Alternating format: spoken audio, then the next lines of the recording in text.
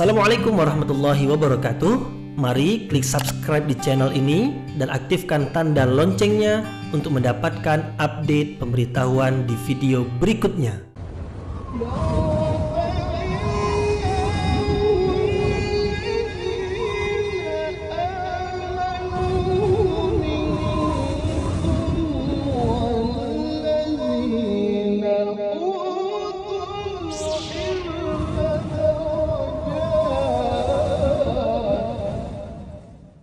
A'udzu billahi minasyaitonir rajim. Bismillahirrahmanirrahim. Assalamualaikum warahmatullahi wabarakatuh. Alhamdulillahi rabbil alamin wa bihi nasta'inu ala umurid dunya waddin nasta'inuhu wa nastaghfiruh wa na'udzu billahi min shururi anfusina wa min sayyiati a'malina. فمن يهد الله فلا مضل له ومن يضلل فلا هادي له أشهد أن لا إله إلا الله وحده لا شريك له وأشهد أن محمدا عبده ورسوله لا نبي بعده أما بعد. Puji syukur kehadiran Allah Subhanahu wa taala yang masih melimpahkan rahmat dan nikmatnya. Kita bersyukur dengan mengucapkan alhamdulillahi rabbil alamin. Kemudian tidak lupa pula bersalawat kepada Rasulullah dengan mengucapkan Allahumma salli ala Sayyidina Muhammad wa ala ali Sayyidina Muhammad, dan bersalam kepada Rasulullah dengan ucapan Assalamu alayka ya Rasulullah. Alhamdulillah kita dapat kembali meneruskan pengajian tafsir ayat-ayat suci Al-Quran yang insyaAllah kita akan teruskan kepada ayat yang ke-115 hingga 118 dari surah Al-Mu'minun, yaitu 4 ayat terakhir dari surah Al-Mu'minun. 4 ayat yang terakhir dari surah Al-Mu'minun menerangkan bahwasanya kelompok yang kedua di hadapan kebenaran. Sebelum ini diterangkan tentang 2 kelompok di hadapan kebenaran, yaitu kelompok orang-orang beriman dan kelompok orang-orang kafir. Kelompok orang-orang kafir tidak akan beruntung. Mereka pasti merugi. Nanti insyaAllah kita akan terangkan bahwasanya orang-orang kafir yang dalam ayat sebelum ini disebutkan bahwasanya mereka akan dicampakkan ke dalam neraka. Kemudian mereka akan menjalani siksaan di sana selama-lamanya. Maka mereka ketika itu barulah menyadari diri mereka, menyesal, ingin dikembalikan ke dunia, tetapi itu hanyalah angan-angan belaka, yaitu tidak akan mungkin menjadi kenyataan. Menyesal di waktu yang terlambat adalah menyesal yang tidak berguna. Mereka orang-orang kafir, orang-orang yang menolak kebenaran, kebenaran yang paling pokok, yang paling utama, yang paling berharga dan menentukan yang lainnya adalah mentauhidkan Allah Subhanahu wa taala. Mereka menolak menuhankan Allah sebagai Tuhan yang Maha Esa. La ilaha illallah, tidak ada Tuhan yang patut disembah dengan kebenaran kecuali Allah. Nah, mereka pula menyekutukan Allah. Orang-orang kafir menyekutukan Allah, yaitu dengan mengatakan bahwasanya di sana ada Tuhan selain Allah, berhala sebagai Tuhan. Ada juga yang berkeyakinan bahwasanya Allah memiliki anak Tuhan. Dalam kepercayaan orang-orang Arab, anak-anak Tuhan itu perempuan, yaitu malaikat-malaikat. Dan ada pula dari kalangan orang-orang Yahudi dengan mempercayai bahwasanya anak Tuhan itu adalah Nabi Isa, atau dari kalangan orang-orang Nasrani. Dan dari kalangan orang-orang Yahudi meyakini bahwasanya anak Tuhan itu adalah Nabi Isa, Uzair, ya. Seperti yang disebutkan dalam Al-Quran, wa qalatil yahudu Uzair ibn Allah. Orang-orang Yahudi mengatakan Uzair anak Allah, wa qalatin Nasara al-Masih ibnullah, dan orang-orang Nasrani mengatakan Nabi Isa adalah anak Allah, dan sebahagian bangsa Arab pula mempercayai bahwasanya malaikat adalah banatullah, anak-anak perempuan Allah. Nah, kesemua itu adalah kemusyrikan, kepercayaan sesat yang mereka buat-buat. Mereka mengada-adakan dusta terhadap Allah Subhanahu wa taala. Semestinya mereka mewarisi kepercayaan para nabi terdahulu, karena orang-orang Yahudi keturunan nabi, orang-orang Nasrani juga keturunan nabi.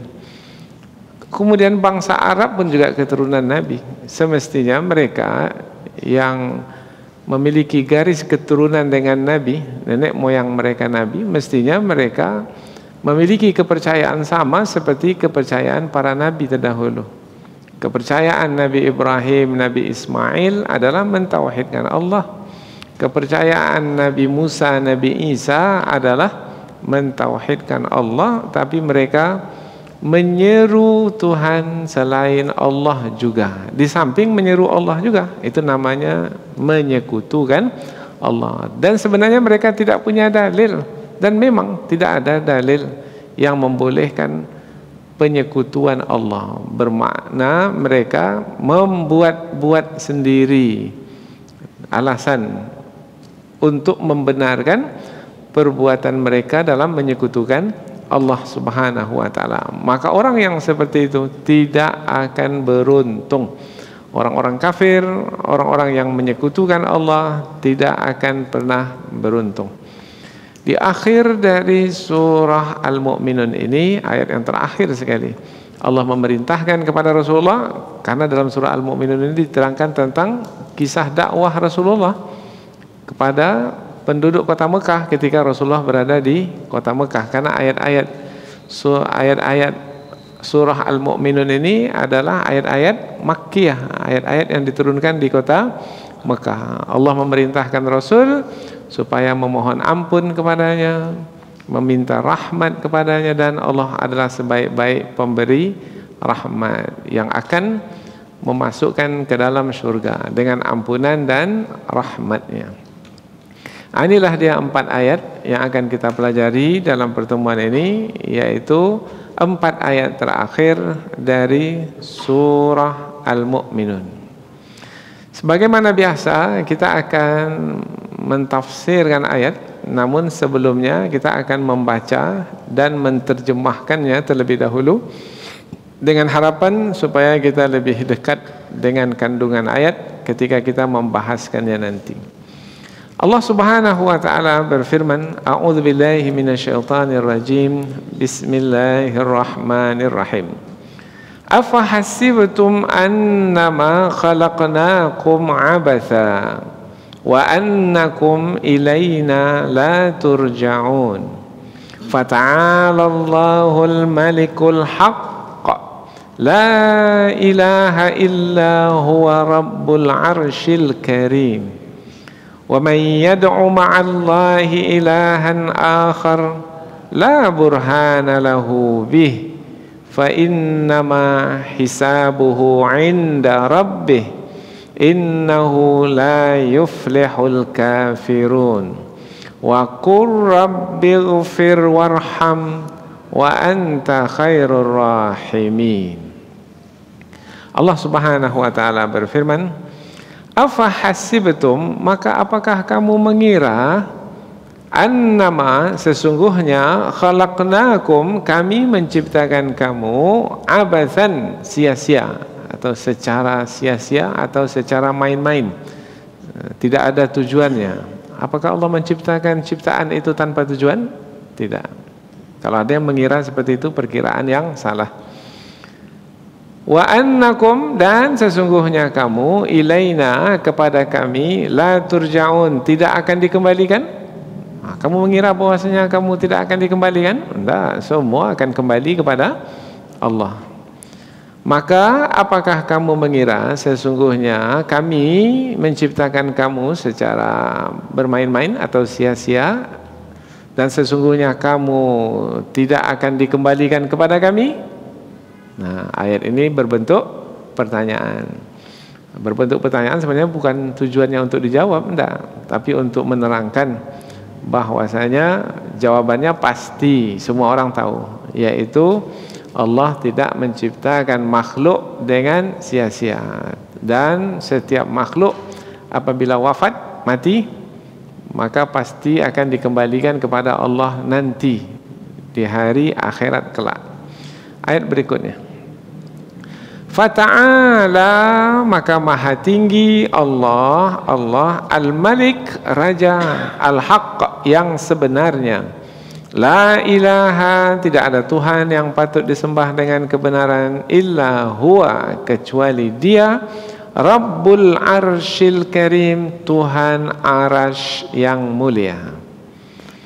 Maha tinggi Allah, Raja yang sebenarnya, tidak ada Tuhan yang patut disembah dengan kebenaran kecuali dia, Tuhan Arash yang mulia. Ayat berikutnya, wa may yad'u, dan barang siapa yang menyeru atau menyembah ma'allah, bersama dengan Allah, ilahan, Tuhan akhar yang lain, la burhana lahu bihi, tidak ada alasan baginya tentang itu. Padahal tidak ada alasan baginya tentang itu, tentang menyembah Tuhan di samping Allah, Tuhan yang lain pula, tak ada. Fa innama, maka sesungguhnya hisabuhu, hisabnya atau perhitungannya, inda rabbih, di sisi Tuhannya. Allah lah nanti yang akan menghisapnya, maka ia mesti mempertanggungjawabkan perbuatan menyembah selain Allah itu. Innahu, sesungguhnya, la yuflihu, tidak akan beruntung, al-kafirun, orang-orang kafir. Sesungguhnya orang-orang kafir itu tidak akan beruntung. Dan barang siapa yang menyembah bersama Allah Tuhan yang lain, padahal tidak ada alasan baginya tentang penyembahan Tuhan yang lain bersama dengan Allah, maka sesungguhnya hisabnya di sisi Tuhannya.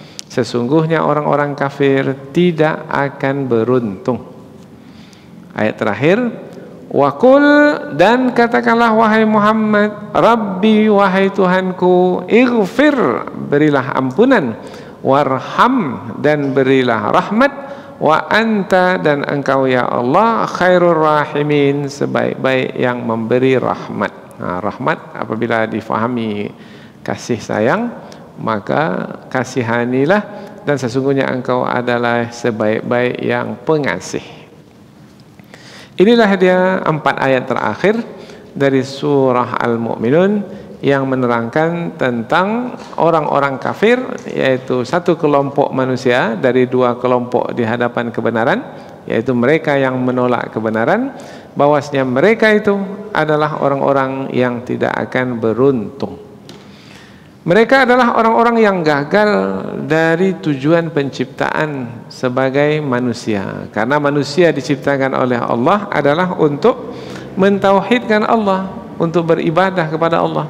Mereka pula selama hidup mereka pula menyekutukan Allah, maka mereka ini adalah orang-orang yang gagal tujuan, gagal dalam mencapai tujuan sebagai manusia ciptaan Allah Subhanahu wa taala.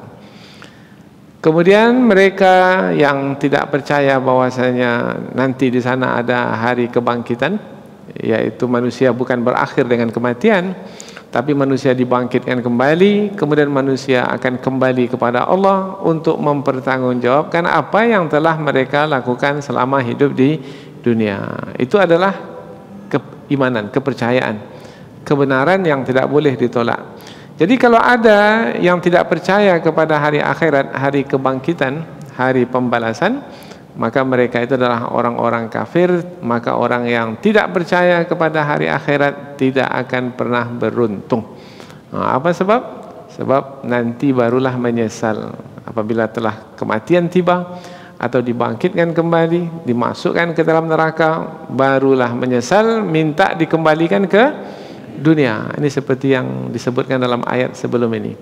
Ketika itu barulah menyesal, itu adalah penyesalan yang terlambat, penyesalan yang tidak ada gunanya. Kemudian Allah menerangkan bahwasanya orang yang menyembah selain Allah sebenarnya tidak punya alasan dalam menyembah. Kalau tidak punya alasan, tidak sesuai dengan akal fikiran, tidak bisa diterima karena kenyataan memang tidak dapat menyatakan bahwasanya ada Tuhan selain Allah. Tidak. Bermakna manusia yang menuhankan selain Allah atau menyekutukan Allah itu adalah orang yang mengada-adakan dusta tentang Allah Subhanahu wa taala. Allah Tuhan yang Maha Esa, maka jangan sekutukan Allah dengan apapun atau dengan siapapun. Siapa yang menyekutukan Allah, itu adalah perbuatan yang keji, kezaliman yang paling besar. Tak ada lagi kesalahan yang lebih besar dari kezaliman menyekutukan Allah. Inna syirka la zulmun azim. Sesungguhnya syirik adalah kezaliman yang paling besar. Maka fa innama hisabuhu inda rabbih, maka nanti hisabnya itu di sisi Allah Subhanahu wa taala. Allah lah nanti yang akan menghisapnya. Maka hidup di dunia sekarang ini adalah sebagai ujian. Ada pilihan di hadapan manusia. Silakan manusia memilih untuk beriman, menerima kebenaran, atau untuk kafir, menolak kebenaran. Ada pilihan, dan apabila manusia memilih untuk beriman, menerima kebenaran, maka selamatlah, beruntunglah. Tetapi apabila manusia memilih kekafiran dengan melakukan kemusyrikan, maka merugilah, celakalah. Nah, hidup di dunia ini, inilah dia, yaitu hidup menjalani ujian. Setiap manusia pasti akan diuji. Dan orang yang, siapa orang yang beruntung? Orang yang selamat, orang yang berhasil dalam ujian, yaitu dengan menerima kebenaran. Kebenaran yang disampaikan oleh setiap rasul yang diutus adalah sama, yaitu ani'budullaha ma lakum min ilahin ghairuh. Beribadahlah kepada Allah dan jangan sekutukan Allah dengan apapun, karena tidak ada Tuhan selain Allah. Tidak ada Tuhan selain Allah. Tuhan yang sebenarnya Tuhan hanyalah Allah Subhanahu wa taala. Ini diulang berkali-kali karena inilah dia dasar kita, tempat kita berpijak atau ruh dari setiap perbuatan yang kita lakukan, yaitu la ilaha illallah. Dan barang siapa yang hidupnya di atas kalimah yang mulia ini, kemudian meninggal dunia dengan kalimah yang mulia ini, akhir dari perkataannya la ilaha illallah, siapa yang akhir dari perkataannya la ilaha illallah, dakhalal jannah, niscaya dia akan masuk syurga. Inilah ujung dari surah Al-Mu'minun, yaitu menerangkan tentang orang-orang kafir tidak akan beruntung. Kalau dilihat di awal surah Al-Mu'minun, qad aflahal mu'minun. Di awal surah Al-Mu'minun, sesungguhnya beruntunglah orang-orang beriman. Di ujung surah Al-Mu'minun, innahu la yuflihul kafirun. Sesungguhnya tidak akan beruntung orang-orang kafir. Jadi antara awal dan akhir ayat, antara pangkal dan ujung ayat, satu kesatuan, menerangkan bahwasanya yang satu kumpulan ini beruntung dan yang satu kumpulan lagi ini tidak beruntung. Yang satu kumpulan ini alladzina yarithunal firdaus hum fiha khalidun. Mereka adalah yang akan mewarisi surga Firdaus dan mereka kekal di dalam surga tersebut selama-lamanya. Yang satu lagi ini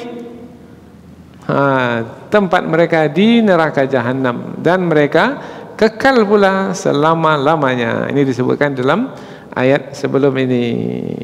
Di mana kita jumpa ayat ini? Mereka di dalam neraka selama-lamanya.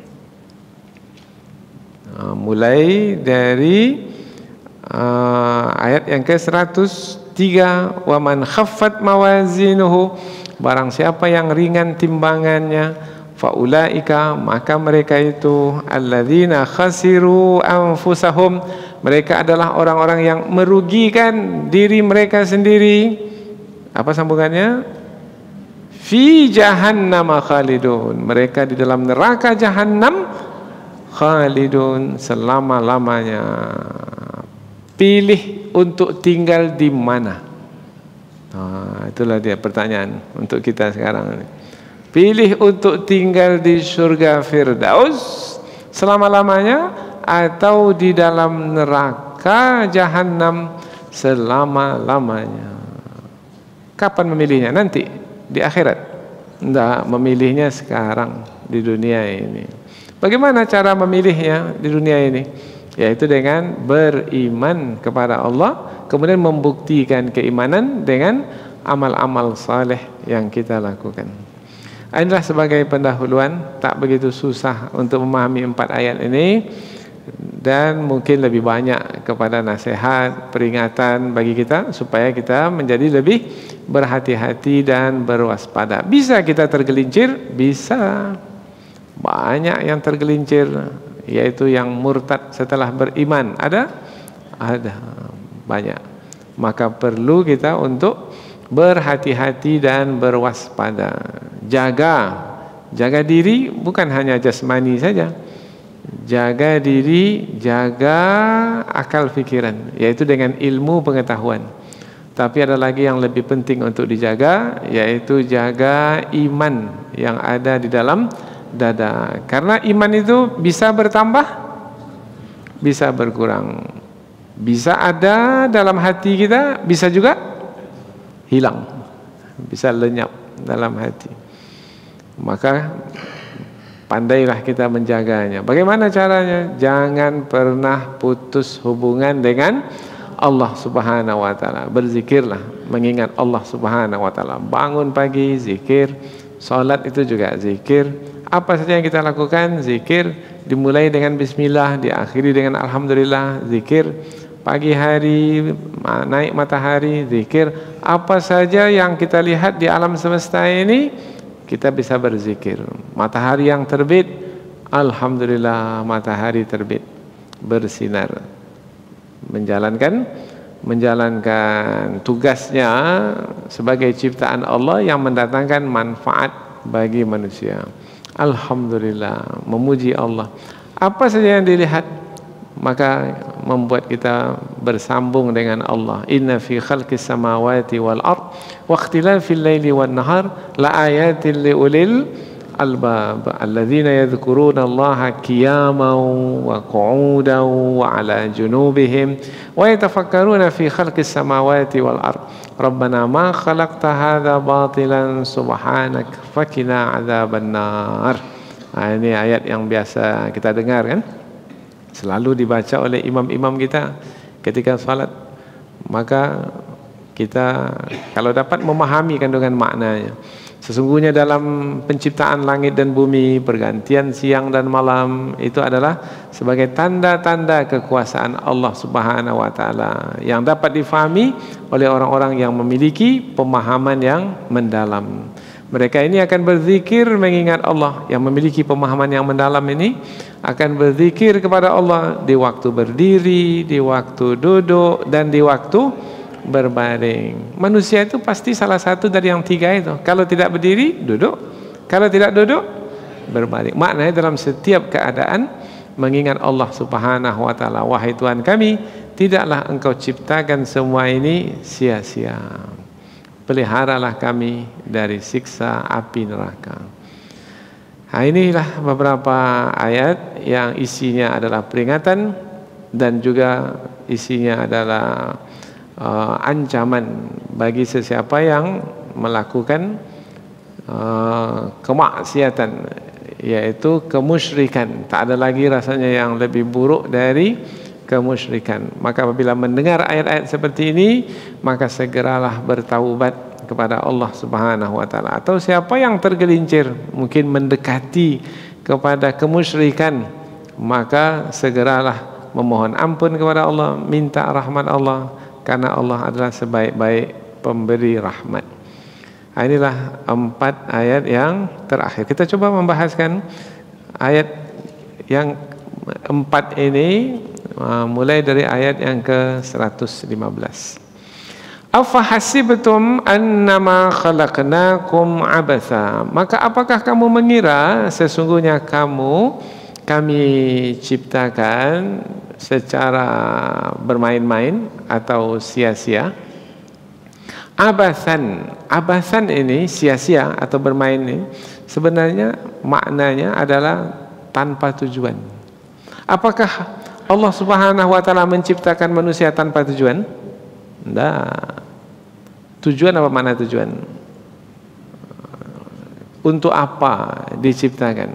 Tujuan. Nah, untuk apa diciptakan manusia?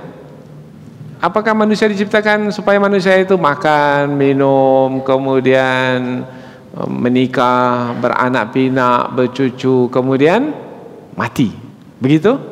Untuk makan minum? Nah, kata Buya Hamka, kalau manusia hidupnya untuk makan minum, apa bedanya dengan yang juga makan dan minum? Apa bedanya dengan kera di hutan yang juga untuk makan dan minum? Manusia diciptakan untuk, tidaklah kuciptakan jin dan manusia melainkan untuk beribadah kepadaku. Ini ada tujuan. Allah sendiri yang memberitahukan. Tidaklah aku ciptakan jin dan manusia melainkan untuk beribadah kepadaku. Beribadah, apa makna beribadah? Tunduk dan patuh kepada Allah. Berarti bukan sekedar makan minum. Ya, makan, tetapi makan seperti yang diperintahkan oleh Allah, minum seperti yang diperintahkan oleh Allah. Kulu washrabu, silakan makan, silakan minum. Wala tusrifu, jangan berlebih-lebihan. Silakan makan, tapi hak kita saja yang kita makan. Hak orang lain jangan makan. La ta'kulu amwalakum bainakum bil batil. Jangan kamu makan harta orang lain dengan cara yang batil, dengan cara haram. Nah, silakan makan, tetapi sesuai dengan perintah Allah.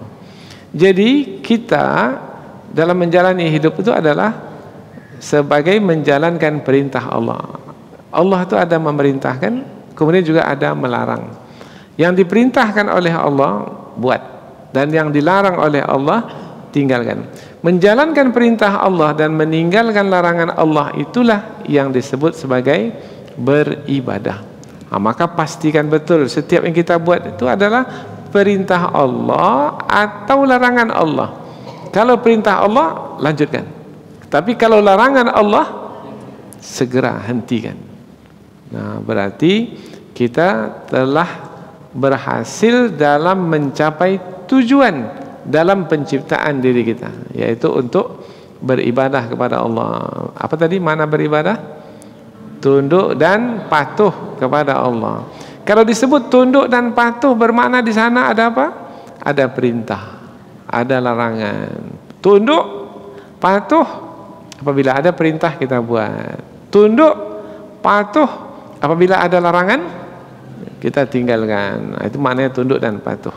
Dan tunduk dan patuh itu hanya kepada Allah. Yang berhak memerintah, yang berhak melarang hanyalah Allah. Orang tua kita juga memerintah, melarang. Orang tua kita kalau memerintah, perintahnya mesti sesuai dengan perintah Allah. Kalau orang tua kita melarang, larangannya mesti sesuai dengan larangan Allah. Karena beribadah, tunduk dan patuh hanyalah kepada Allah. Iyyaka na'budu, hanya kepada Engkau ya Allah kami beribadah. Wa iyyaka nasta'in, dan hanya kepada Engkau kami memohon pertolongan. Jadi ada kepatuhan kepada selain Allah? Tidak. Kalaupun ada kepatuhan kepada selain Allah, kepatuhan itu mestilah sesuai dengan kepatuhan kepada Allah. La ta'ata li makhluqin fi ma'siyatil khaliq. Tidak ada kepatuhan kepada makhluk, siapapun makhluk, raja sekalipun, kalau membawa kemaksiatan kepada Allah. Jadi kita diciptakan bukan main-main, bukan tidak ada tujuan, bukan tidak ada hikmah, tetapi kita diciptakan adalah untuk beribadah kepada Allah. Bermakna kalau beribadah kepada Allah, yang menentukan seseorang itu beribadah adalah iman, beriman. Dengan beriman baru beribadah. Umpamanya ibadah salat, siapa yang akan mendirikan salat? Yang beriman. Ibadah puasa, siapa yang akan berpuasa? Orang beriman. Ya ayyuhalladzina amanu kutiba alaikumusiyam. Wahai orang-orang beriman, diwajibkan atas kamu berpuasa. Karena hanya orang beriman yang mau berpuasa. Orang kafir mau dia berlapar-lapar? Enggak, tak mau dia. Mau mana mau dia letih-letih, penat-penat. Orang-orang kafir mengikuti kehendak hawa nafsu. Sementara orang-orang beriman mau lapar, mau haus, mau mempertaruhkan apa saja mau, sebagai membuktikan keimanan kepada Allah. Imannya itulah yang menjadi sebab melakukan perbuatan. Berbuat baik itu karena keimanan kepada Allah. Nah, ini yang penting, ini sangat penting sekali. Inilah yang menentukan orang beriman dengan orang kafir. Orang beriman berumah tangga, ya. Orang kafir berumah tangga, ya. Orang beriman berumah tangga karena keimanan. Orang kafir berumah tangga karena bukan karena keimanan, karena tak punya iman, karena hawa nafsu. Mengapa menikah dengan si fulan? Si fulan cantik. Mengapa bersedia dinikahi oleh si fulan? Karena si fulan itu kaya. Hawa nafsu dan lain sebagainya, karena maslahat duniawi. Sementara di dalam Islam tidak. Ya boleh karena kecantikan, boleh karena harta, boleh karena keturunan, boleh. Tapi yang penting lagi adalah karena agama. Fadfar bidzatid dini taribat yadak. Jadi faktor agama itu yang menjadi penentu bagi orang beriman dalam berumah tangga. Begitu juga kita orang tua ini dalam mendidik anak karena keimanan, ya. Atau karena ingin mendapatkan apa pulangan nantinya. Sekarang biarlah saya investasi. Anak dijadikan seperti barang dagangan. Saya investasi.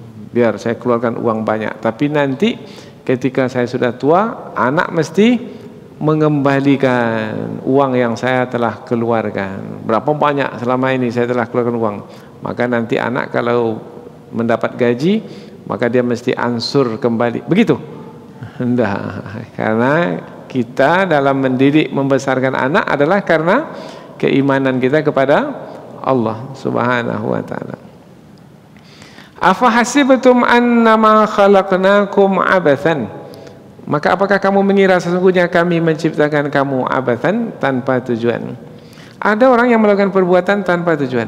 Umpamanya kalau kita melakukan perbuatan, umpamanya menggerakkan tangan, umpamanya orang yang tinggi dan mulia kedudukan, kemudian kita gerakkan tangan kita.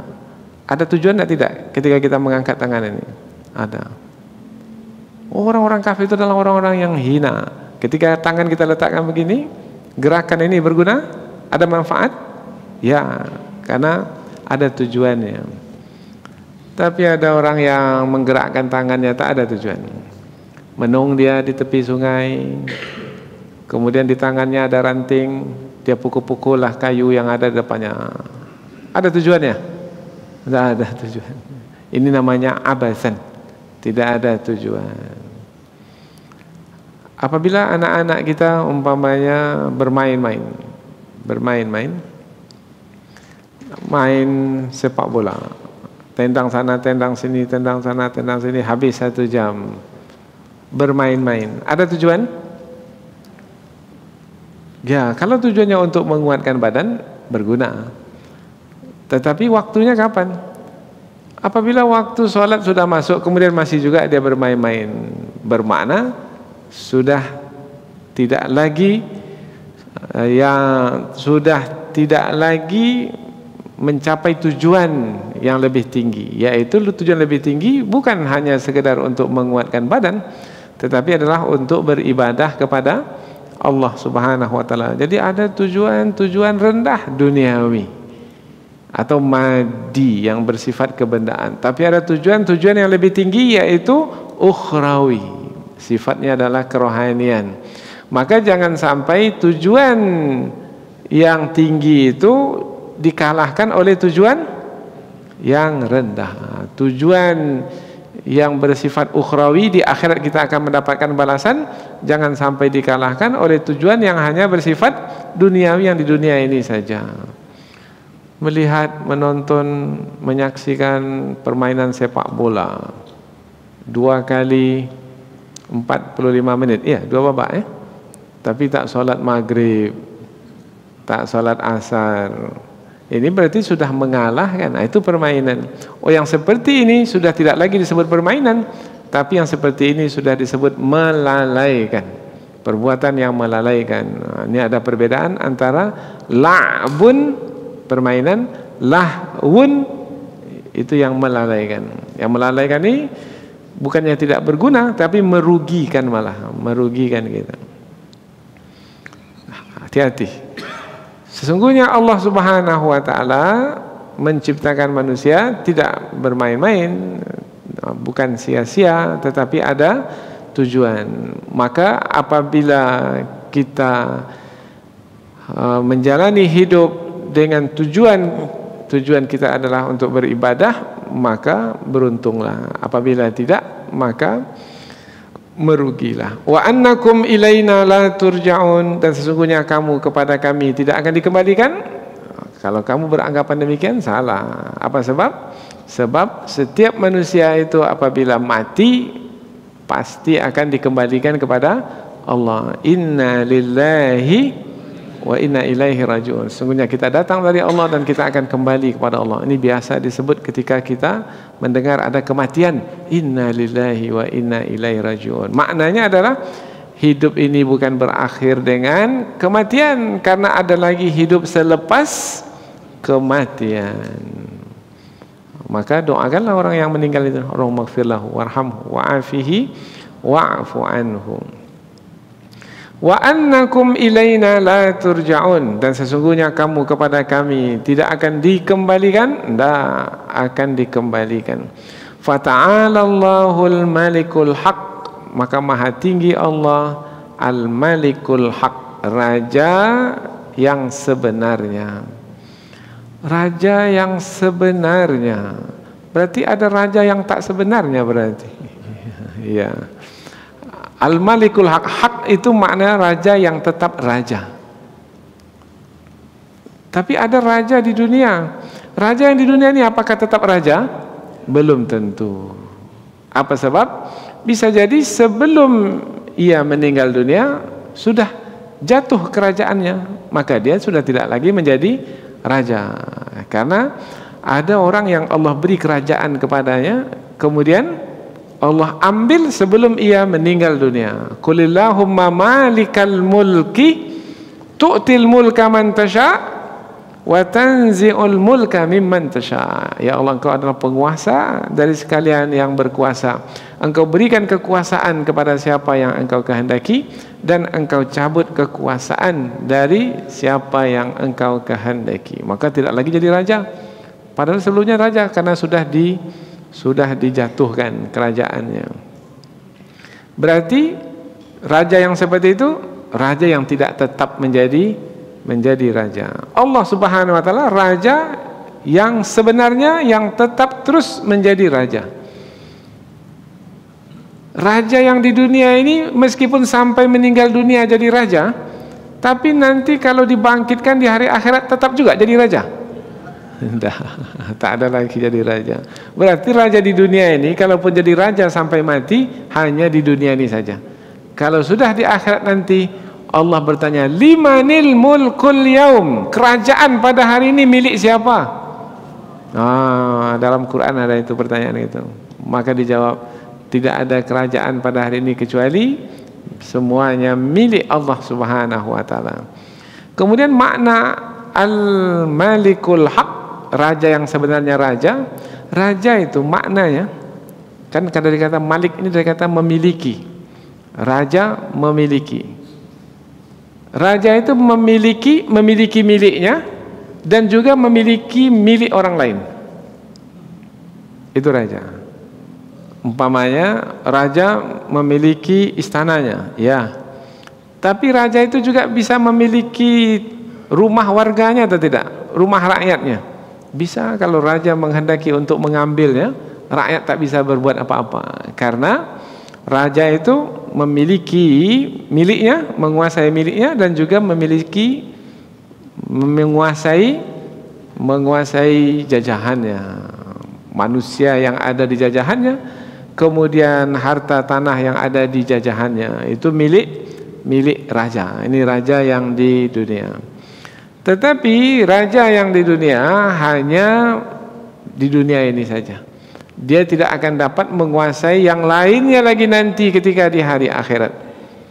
Raja dunia ini ketika di hari akhirat mampu dia menguasai orang lain? Tidak. Ketika di dunia, ya, dia mampu menguasai.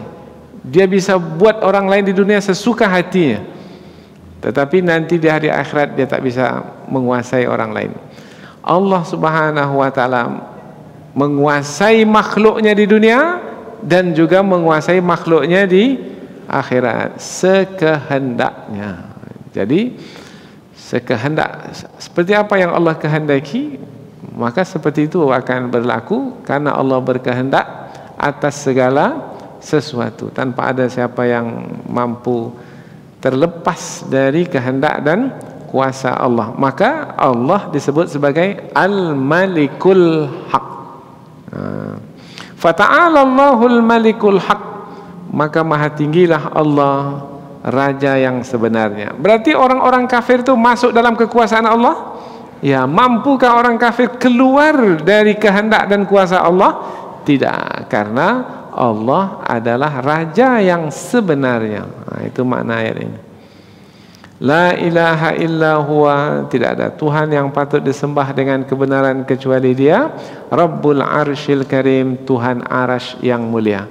Mengapa ada penyebutan Tuhan Arasy? Arasy, tahu Arasy?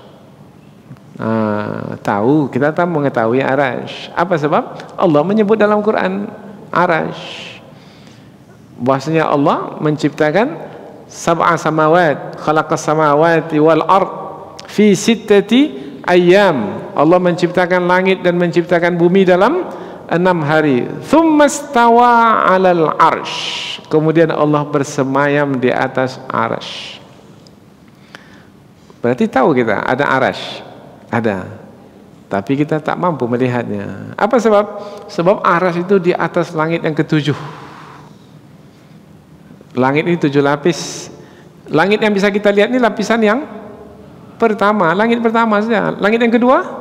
Tidak. Langit ketiga? Apalagi? Siapa yang pernah menaiki langit yang 7 lapis ini? Rasulullah. Kapan waktunya? Pada waktu Isra dan Mi'raj. Menembusi 7 lapis langit sampai Sidratul Muntaha. Kemudian terus naik lagi. Kalau sudah Sidratul Muntaha, makhluk tak ada lagi yang boleh naik ke atas itu. Muntaha habis, itulah akhir dari makhluk. Setelah itu ada Arasy. Allah bersemayam di atas Arasy. Seperti apa Allah bersemayam? Anda usah dibahaskan. Itu tidak dalam kemampuan akal kita untuk memahami. Tetapi Allah bersemayam di atas Arasy. Apabila difahami tadi, Allah menciptakan langit, menciptakan bumi dalam berapa hari? Dalam 6 hari. Hari itu ada berapa? Ada 7. Maka pada hari yang ke-7 itu Allah bersemayam di atas Arasy. Maksudnya adalah Allah sudah tidak mencipta apa-apa lagi. Semua sudah diciptakan. Kemudian aturannya pun sudah berjalan. Maka Allah bersemayam di atas Arasy untuk menerangkan keagungannya. Sama seperti raja kalau sudah bersemayam di atas singgasana, ya, semua sudah diuruskan. Berkaitan dengan makanan, mikunan, pakaian, tempat tinggal, apalagi pekerjaan, semua sudah diuruskan untuk rakyat jelata ini. Negeri sudah berjalan sesuai dengan aturan, maka raja pun bersemayam di atas aras. Bersemayamnya raja di atas arasnya, di atas singgasananya, untuk menerangkan keagungan. Kalau disebut Rabbul Arsyil Karim, Allah yang memiliki arsy yang agung, untuk menerangkan keagungan dan kemuliaan Allah Subhanahu wa taala. Dan satu lagi untuk memahami ini, ulama tafsir memberikan penjelasan dengan mudah sekali. Kalau arsy itu adalah di atas langit yang ketujuh, dan langit yang tujuh dan bumi ini kalau dibandingkan dengan arsy, seperti apa bandingannya? Pernah dengar sebelum ini? Nah, seperti cincin dengan padang pasir. Itu baru antara langit bumi dengan kursi. Wasi'a kursiyuhus samawati wal ardh. Kursi Allah itu meliputi langit dan bumi. Nah, bandingannya seperti apa? Meliputi langit dan bumi, yaitu ketika kursi itu meliputi langit dan bumi itu seperti anting-anting yang ada di atas padang pasir.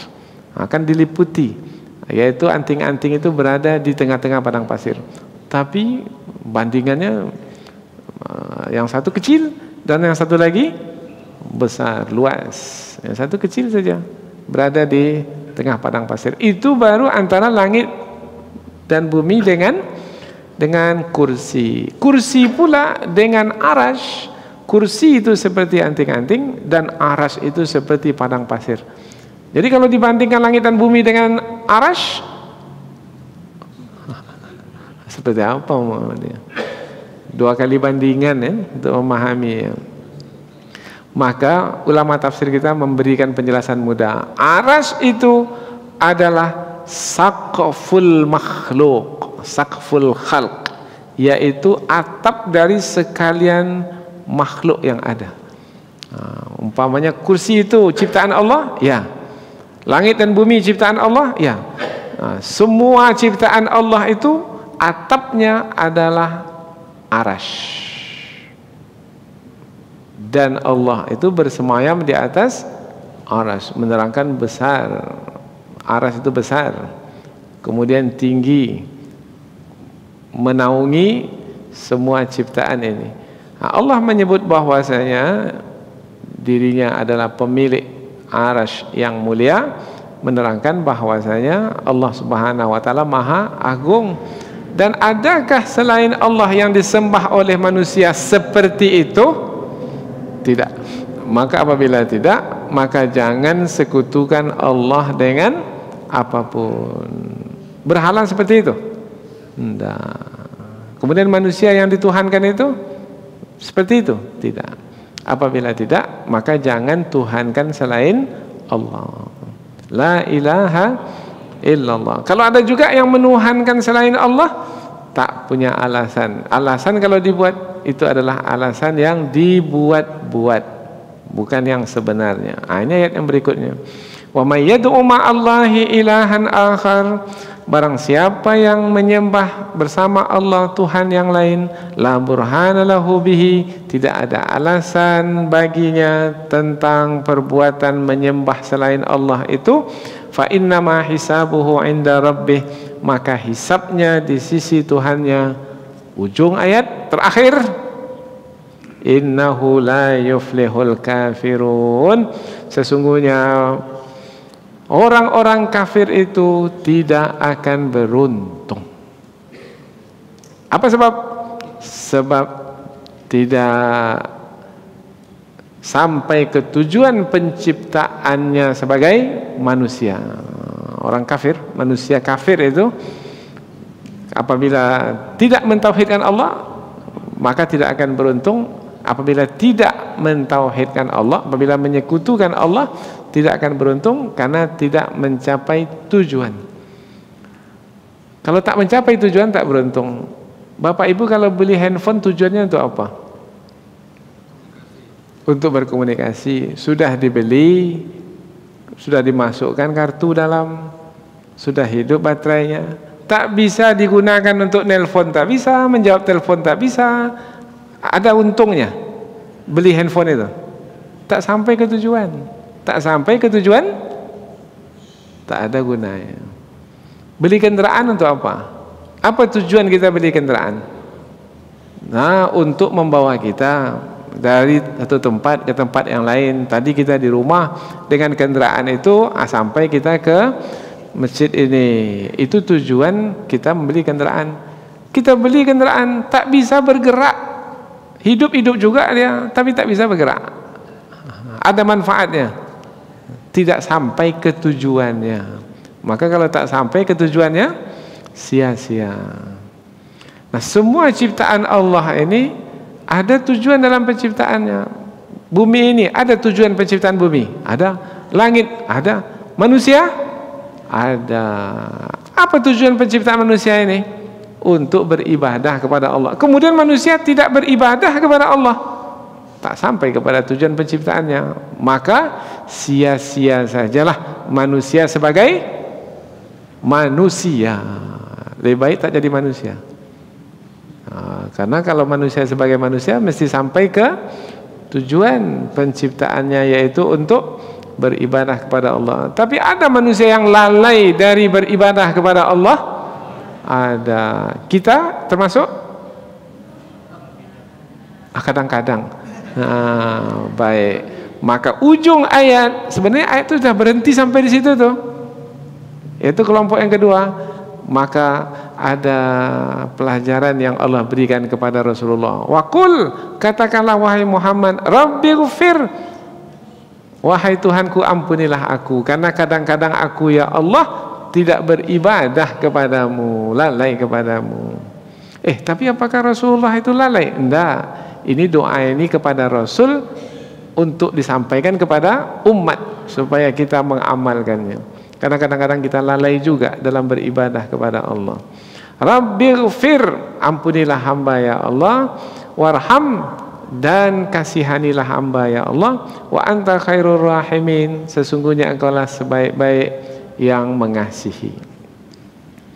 Tetapi di sini tidak pula disebut wa qur rabbighfirli, enggak, warhamni, tidak. Kan rabbighfir saja. Warham maksudnya minta ampun kepada Allah untuk kita, juga minta ampun kepada Allah untuk orang lain. Jangan minta ampun untuk kita saja. Rabbighfirli wali walidayya walil mu'minin. Ya Allah, berikanlah ampunan kepada aku, ampunan kepada kedua orang tuaku, dan ampunan kepada orang-orang beriman lainnya. Maka ayat ini pendek. Rabbighfir, ya Allah berikanlah ampunan kepadaku, kepada kedua orang tuaku, kepada orang-orang beriman. Warham, rahmatilah aku, rahmati kedua orang tuaku, rahmati orang-orang beriman. Wa anta khairur rahimin, dan engkau adalah sebaik-baik yang memberikan rahmat. Ulang sekali lagi yang sudah pernah kita sampaikan berkali-kali. Ketika Allah menyebut dua kata, Rabbighfir, ampunan, warham, rahmat. Rabbighfir, warham, ya Allah berikanlah ampunan, berikanlah rahmat. Yang memasukkan seseorang ke dalam surga adalah ampunan dan rahmat Allah. Maksudnya ayat ini, wahai Muhammad, baca doa ini. Doa ini adalah doa untuk masuk surga, yaitu masuk surga dengan ampunan dan rahmat Allah. Ya Allah, berikanlah ampunan, berikanlah rahmat. Engkau adalah sebaik-baik yang memberi rahmat kepada hambamu. Hambamu, ya siapa yang akan diberi ampunan dan rahmat? Yang beriman. Yang kafir tidak. Kemudian terakhir, karena ini adalah penutup dari surah Al-Mu'minun, kita menjumpai di dalam tafsir, yaitu seorang sahabat Nabi yang bernama Ibnu Mas'ud radhiyallahu anhu. Ibnu Mas'ud ini salah seorang penafsir Al-Quran dari kalangan sahabat. Satu ketika ada orang yang berjalan di hadapan beliau. Orang ini menderita penyakit, musab bil marad, ada penyakit di badannya. Kemudian meminta kepada Ibnu Mas'ud untuk mengobatinya dengan bacaan Al-Quran. Berobat dengan mendengar bacaan Al-Quran, itu namanya apa itu? Ruqyah. Ruqyah, minta di ruqyah. Maka Ibnu Mas'ud membaca ayat ini, yaitu mulai dari afahasibtum annama khalaqnakum abatha wa annakum ilaina la turja'un. Apa tadi maknanya? Apakah kamu mengira bahwasanya kami menciptakan kamu sia-sia dan sesungguhnya kamu tidak akan dikembalikan kepada kami? Fata'ala Allahul Malikul Haq, la ilaha illa huwa Rabbul Arsyil Karim. Maha tinggi Allah, Raja yang sebenarnya, tidak ada Tuhan yang patut disembah dengan kebenaran kecuali Dia, Tuhan Arasy yang mulia. Wa may yad'u ma'allahi ilahan akhar, barang siapa yang menyembah Tuhan yang lain bersama dengan Allah, la burhana lahu bihi, tidak ada alasan baginya tentang perbuatannya menyembah selain Allah itu. Fa inna ma hisabuhu 'inda rabbih, maka sesungguhnya hitungannya, hisabnya di sisi Tuhannya. Innahu la yuflihul kafirun, sesungguhnya tidak beruntung orang-orang kafir itu. Wa qur rabbighfir warham, dan katakanlah, wahai Tuhanku, ampunilah dan kasihanilah, wa anta khairur rahimin, dan engkau adalah sebaik-baik yang mengasihi. Selesai baca ayat, sembuh penyakit. Maka ayat ini disebut sebagai ayat ruqyah. Kemudian disampaikan kepada Rasul, ya Rasulullah, tadi ada orang sakit, kemudian aku memperdengarkan ayat ini ke telinganya, kemudian dia sembuh. Ini disebutkan dalam tafsir Imam Ibnu Katsir juga. Apa sabda Rasul? Walladzi nafsi biyadihi, Rasulullah bersumpah, kalau kamu baca ayat itu ke hadapan gunung, yakin bahwasanya kamu membacanya supaya gunung itu tercabut dari tempatnya, niscaya gunung itu akan tercabut. Oh, bermakna ayat ini dahsyat ini. Ayat. Maka mau kebal. Ketika berhadapan dengan lawan bisa kalah, baca ayat ini. Tak usahlah jampi-jampi itu lagi. Jampi mantra yang tak faham itu. Ayat ini saja baca. Wa qur rabbighfir warham wa anta khairur rahimin. Tapi bacanya dari ayat 115. Pernah satu ketika sahabat dikirim untuk berperang oleh Rasulullah. Ini juga disebutkan dalam tafsir. Ini sebagai fadilat, karena kita sudah selesai menyampaikan surah Al-Mu'minun ini. Di 4 ayat terakhir ini menjadi zikir pagi dan petang sahabat yang dikirim untuk berperang. Dijadikan zikir pagi di waktu pagi, zikir petang di waktu petang, dibacalah ayat-ayat ini. Apa yang berlaku? Yaitu musuh dengan mudah dapat dikalahkan, kemudian dapat mengambil harta rampasan perang, kemudian pulang dengan selamat. Nah, ini berkat ayat ini. Maka ayat ini menjadi ayat zikir. Sayang sekali kalau kita sudah belajar ayat ini, kita mengetahui kandungan maknanya, kemudian kita tidak mengamalkannya. Mudah-mudahan ada manfaatnya insyaallah. Subhanakallahumma wa bihamdika asyhadu an la ilaha illa anta wa astaghfiruka wa atubu ilaik. Wassalamualaikum warahmatullahi wabarakatuh.